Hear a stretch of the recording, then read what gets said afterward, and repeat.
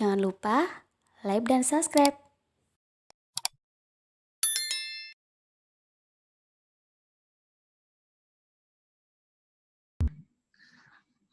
First of all, nobody knows the long-term consequences of COVID-19 because COVID-19 only came 1 year ago, from last year, November, okay?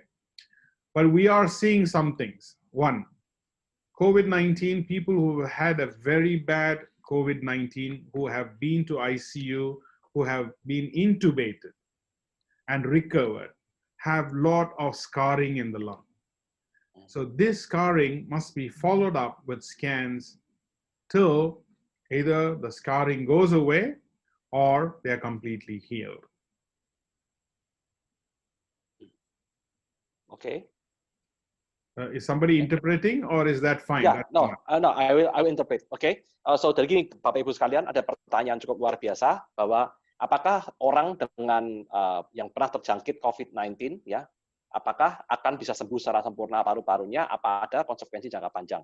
Dr. Anies menjelaskan bahwa karena COVID-19 itu baru ada sekitar setahun yang lalu, jadi belum ada orang-orang yang bisa memprediksi kira-kira resiko jangka panjangnya seperti apa. Akan tetapi dari beberapa data yang Dr. Anies punya, ketika orang itu datang menderita COVID-19, infeksinya cukup parah, ketika harus di ICU atau dirawat di rumah sakit, itu biasanya hasil dari CT-nya itu akan banyak scar di paru-parunya. Scar itu seperti luka, ya, jadi paru-parunya seperti terluka. Dan itu lukanya tuh bisa lama sekali. Jadi Dr. Anies sampai hari ini masih memantau dan lukanya itu masih ada. Dilakukan beberapa kali scan dan lukanya itu masih ada. Jadi ya sementara yang diamati secara mata yang kelihatan hanya lukanya itu. Dr. Anies, do you have anything else to add on? The scarring, we don't know what kind of long-term sequelae they have, meaning what sequences they have.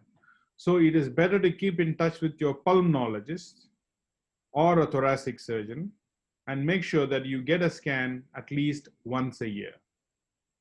Oke, jadi ada tambahan sedikit dari Dr. Anies bahwa luka ini, scar ini di dalam paru-paru kita karena infeksi COVID-19 ini harus kita amati secara dekat bersama dengan ahli paru-paru kita, seperti Dr. Anies. Kita akan pantau dengan menggunakan CT scan selama 1 kali dalam setahun setidaknya. Jadi untuk memantau apakah ada kemungkinan scarnya akan menjadi sesuatu yang lebih buruk di kemudian hari.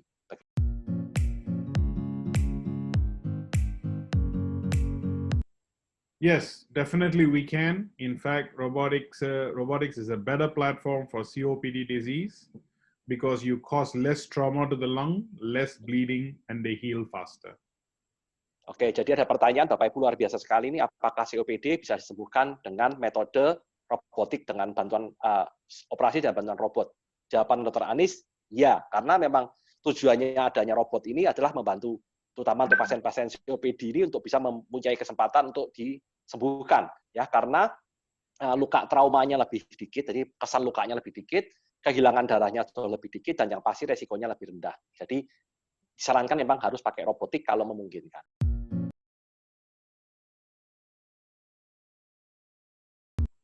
The condition is called pulmonary hypertension, meaning hypertension in the pulmonary blood vessels. Primary pulmonary hypertension is not good, okay? Happens at a younger age and people die faster. Secondary pulmonary hypertension can be medically controlled by controlling the disease. The only treatment for primary pulmonary hypertension, if diagnosed early, is lung transplantation. So that's the only way. That is the only way for transplant. If it is primary. For secondary pulmonary hypertension, you can control with medication. Oke, jadi ini ada pertanyaan yang luar biasa, ya. Jadi ada pertanyaan, apakah seorang yang mempunyai penyakit darah tinggi di saluran darah di paru-paru itu bisa disembuhkan? Apakah obatnya hanya dengan transplantasi paru-paru? Dan dijawab oleh Dr. Anies bahwa harus membedakan dua hal dulu. Yang pertama, apakah kondisinya primary, ya. Jadi primary hypertension in the lung, ya. Jadi apakah primary? Kalau primary, ya memang itu mohon maaf sebelumnya kabarnya kurang baik karena biasanya terjadi pada orang muda dan biasanya mati dengan cepat. Jadi obatnya cuma satu, ya hanya dengan transplantasi paru-paru. Ya, jadi obatnya cuma ada satu. Kalau yang secondary, yang secondary hypertension in the lung itu bisa dikontrol dengan cara minum obat ya. Kita consume medicine. Jadi gimana kita bisa mengontrol penyakit ini dalam jangka panjang. Jadi tidak perlu ada kekhawatiran. Tapi yang primary itu memang harus hati-hati.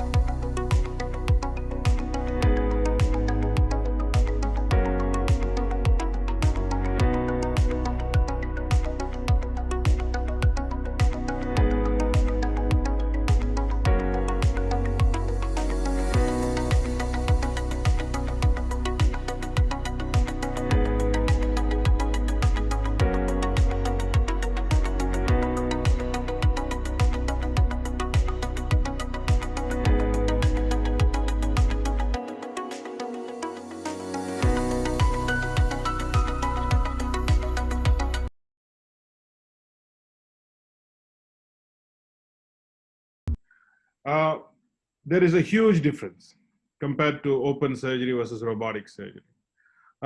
For example, if you do an upper lobe removal with robotic surgery, patient will go home in 2 to 3 days. He will be back in the community within 1 week, doing everything he can. If you do thoracotomy, which is an open surgery, patient will go home in 5 to 7 days, and he will only come back to the community in 3 to 4 weeks. But most importantly, if he needs further treatment from oncology, it will be even further delayed, so complicating the cancer. Understand. Good point. Oke, jadi ini ada pertanyaan yang bagus sekali. Jadi ada pertanyaan bagaimana kelebihannya operasi dengan tangan robot dibandingkan dengan operasi konvensional atau mungkin open surgery. Ya, jadi perbedaannya beda besar sekali, Bapak Ibu sekalian. Bedanya yang nomor satu adalah contohnya kalau kita ada operasi di bagian atas dari paru-paru. Ya, kalau dengan robot, dengan robotic surgery, mungkin dalam waktu 2-3 hari bisa pulang. Dan dalam waktu paling maksimum 5-7 hari bisa kembali ke masyarakat, hidup secara normal. Di recovery-nya cepat sekali. Tetapi dengan operasi konvensional, mungkin dengan trabekotomi, mungkin dibutuhkan sekitar 5-7 hari minimum untuk pemulihan dalam rumah sakit. Dan dibutuhkan mungkin 3-4 minggu baru bisa kita kembali normal di masyarakat, kita boleh keluar lah, istilah gitu.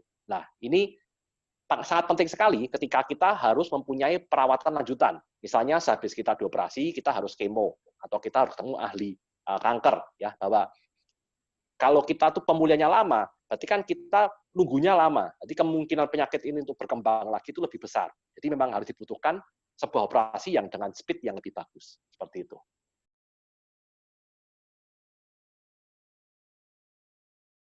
Okay, the best way to diagnose lung cancer is to first do a CT scan. That is why in the screening, we do a very low dose CT scan. Contrast or no contrast? No need contrast. Okay. Once you see a nodule, then there are many ways to get a biopsy. Bronchoscopy, needle, surgery, all can be done. Okay. So that's all, right? Okay. Jadi ada pertanyaan bagaimana cara kita bisa mendiagnosa sebuah penyakit kanker paru-paru. Jadi yang pertama adalah kita memang harus CT scan. Dan perlu dicatat bahwa CT scan ini tidak perlu dengan kontras, hanya CT scan biasa. Dan setelah CT scan kita akan melihat apakah ada nodul, apakah ada benda tertentu yang tumbuh di paru-paru. Kalau memang ada, harus segera dilakukan biopsi. Dan ada beberapa cara biopsi dengan bronko dari kerongkongan, apakah dengan needle, apa juga dengan operasi. Tujuannya untuk mengambil sampel jaringan dari nodul tersebut. Jadi caranya cuma seperti itu.